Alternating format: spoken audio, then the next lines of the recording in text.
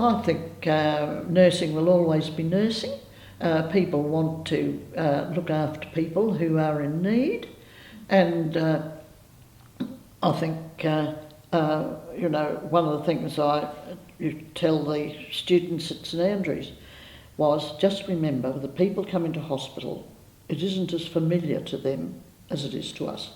And I'd tell them the story when I was in charge of the private wards at the General. This was in the late 50s. This woman came in this afternoon and I knew she was a case of malignancy, and she was going to have this massive surgery. And she had it, and she came from outside Toowoomba, and I remember she came down on the bus to come into hospital. And when she was going home about a month later, I said to her, well, I hope you feel you've been cared for well. She said, I want to tell you something.